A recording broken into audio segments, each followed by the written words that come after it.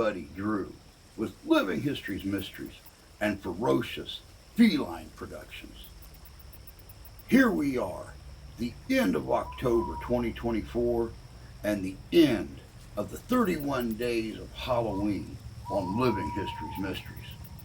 I wanted to ice this cake. I wanted to top off this month with one of the greatest legends that ever existed. Everybody's familiar with the legend of Sleepy Hollow, Ichabod Crane, and the Headless Horseman. They're familiar with the movie, Christina Ricci, Johnny Depp.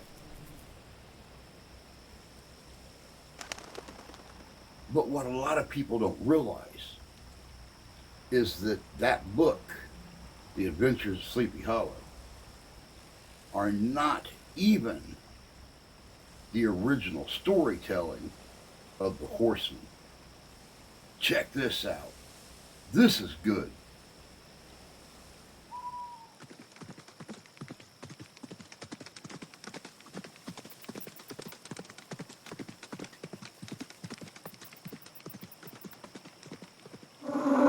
Deep in the heart of Irish mythology, there exists a figure so terrifying, so haunting, that its mere name can send a chill down your spine. The Dullahan. Known as the Headless Rider, this ghostly figure is a harbinger of death. If you hear the thunder of hooves in the dead of night and catch a glimpse of a black horse with fiery eyes, beware. You may have crossed paths with the Dullahan. The Dullahan is often depicted riding a massive black stallion, his head in hand, eyes glowing with malevolent energy. His severed head is said to have a grin that stretches from ear to ear, and wherever the Dullahan rides, death is not far behind.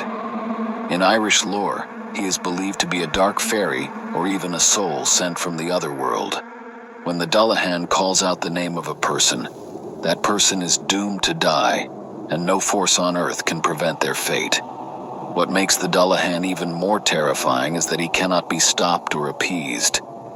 Unlike other mythological beings, there is no bargaining with this Headless Horseman. If you encounter him, your only hope is that his gaze passes over you, and that it is not your name he speaks in the darkness.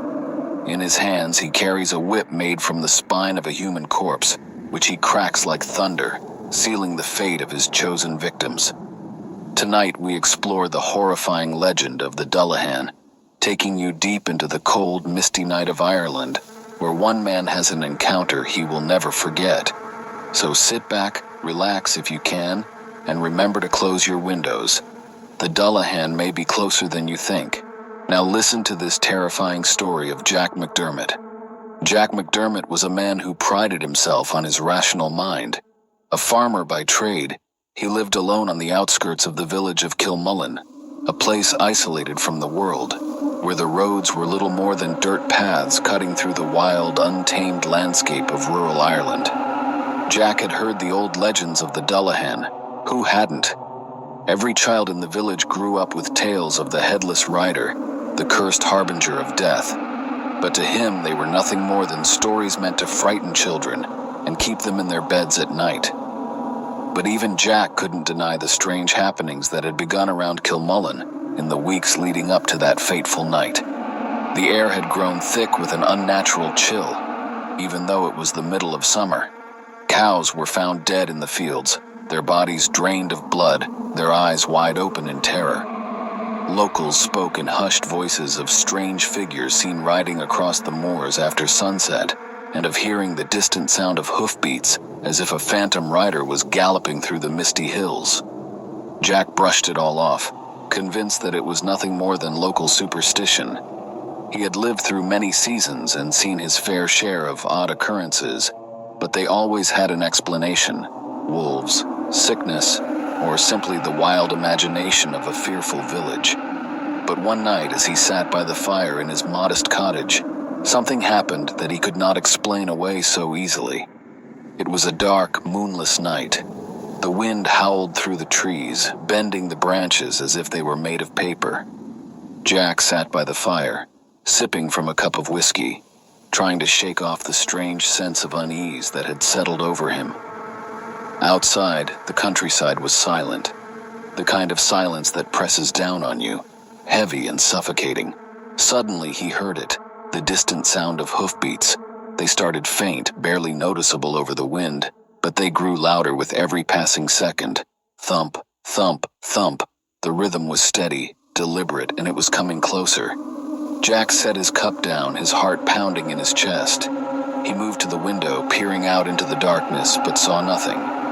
Still, the hoofbeats continued, growing louder and louder, until it felt like the rider was right outside his door. And then they stopped. For a moment, there was nothing but silence. The fire crackled weakly in the hearth, and Jack held his breath, waiting for something, anything, to happen. That's when he heard the whisper, "Jack McDermott." It was a voice unlike any he had ever heard before, low, raspy, and full of malice. His blood ran cold as the name echoed through his cottage. The voice had come from outside, but there was no one there. His hands trembled as he grabbed the lantern from the table and flung open the door. The night was pitch black, with only the faint light of the lantern illuminating the path ahead. But as Jack stepped outside, he saw something that made his heart stop. Standing in the middle of the road was a massive black horse, its eyes glowing like embers, and atop it sat the figure of the Dullahan, the headless rider. Jack's breath caught in his throat as he stared at the creature before him. The Dullahan was even more terrifying than the stories had described. His body was cloaked in dark armor that seemed to absorb the light, and in one hand, he held his severed head. The head's skin was pale and sickly, and its mouth was twisted into a grotesque grin. The eyes glowed with a fiery intensity that cut through the darkness like a blade. The Dullahan raised his other hand, and in it he held a whip.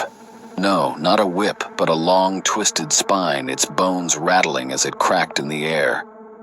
"Jack McDermott," the head spoke again, its voice full of doom. Jack took a step back, his mind reeling. This couldn't be happening. The Dullahan wasn't real. He couldn't be real. But here he was, flesh and bone, or whatever it was that made up this nightmare. The horse snorted, pawing at the ground, and the air grew colder still. It felt as though the very life was being sucked out of the night. "Your time has come," the head whispered.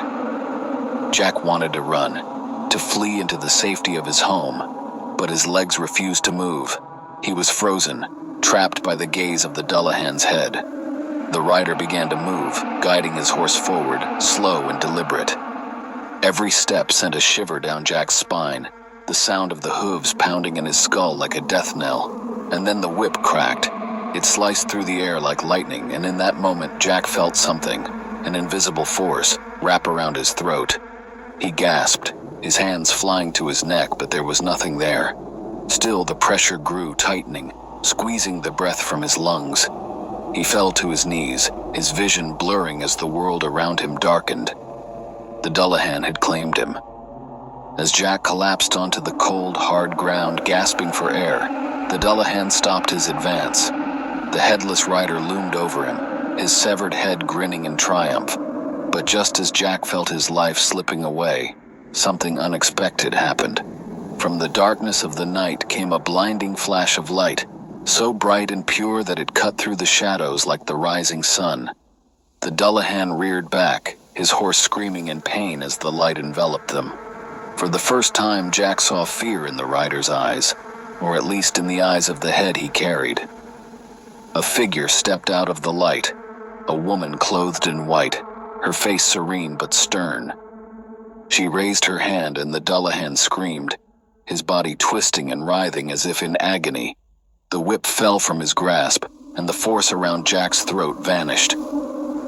"Begone, spirit of death," the woman commanded, her voice soft but unyielding. The Dullahan let out a final, terrible shriek before dissolving into the night, vanishing as quickly as he had come. The horse bolted, disappearing into the mist, and the air grew still once more. The woman turned to Jack, who lay on the ground, trembling and gasping for breath. "You have been given a second chance," she said softly, kneeling beside him. "But the Dullahan will return one day. Be sure you are ready when he does. With that, she faded into the night, leaving Jack alone beneath the cold stars. Jack never spoke of his encounter with the Dullahan, but from that night onward, he was a changed man. He no longer dismissed the old legends as mere superstition, and he lived each day with a new respect for the forces he had once mocked. The village of Kilmullen remained quiet in the weeks that followed. No more cows were found dead, and the strange happenings that had plagued the area seemed to vanish with the Dullahan. But Jack knew that it was only a matter of time before the Headless Rider returned, and when he did, there would be no light to save him. If you enjoyed this terrifying tale of the Dullahan, the Headless Horseman of Irish mythology, don't forget to like, comment, and subscribe to the channel for more spine-chilling stories.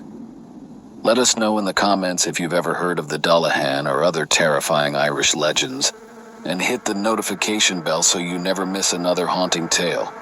Thanks for watching, and remember, if you hear hoofbeats in the dead of night, it may already be too late.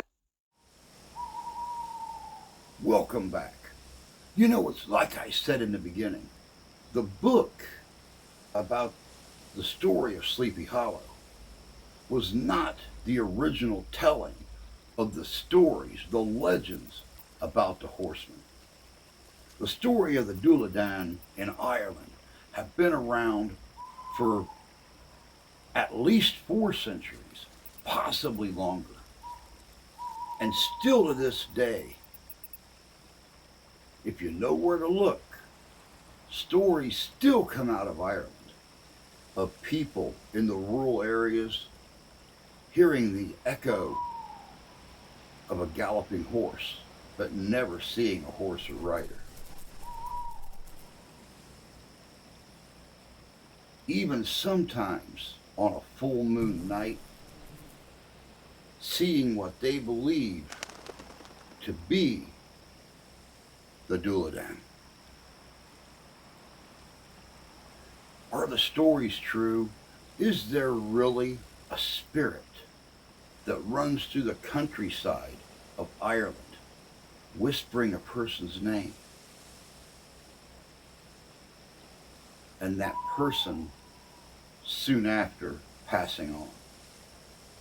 Is the Dullahan just the Irish version of our Grim Reaper? He comes to those who have lived their life, and it's time to take them into the afterlife. Is it just a legend that someone made up? Who knows? Until someone actually gets photographs of the Dullahan. Sadly, that legend will just remain one of those mysteries that history left behind. I hope you guys enjoyed the 31 days of Halloween on Living History's Mysteries. I know we enjoyed bringing it to you. This concludes it. Our next video will be back to those normal historic mysteries that we normally talk about here on the channel. But until then, y'all take care of yourselves. Take care of each other. God bless you. God love you. We do. And we'll see you out there. Oh, God.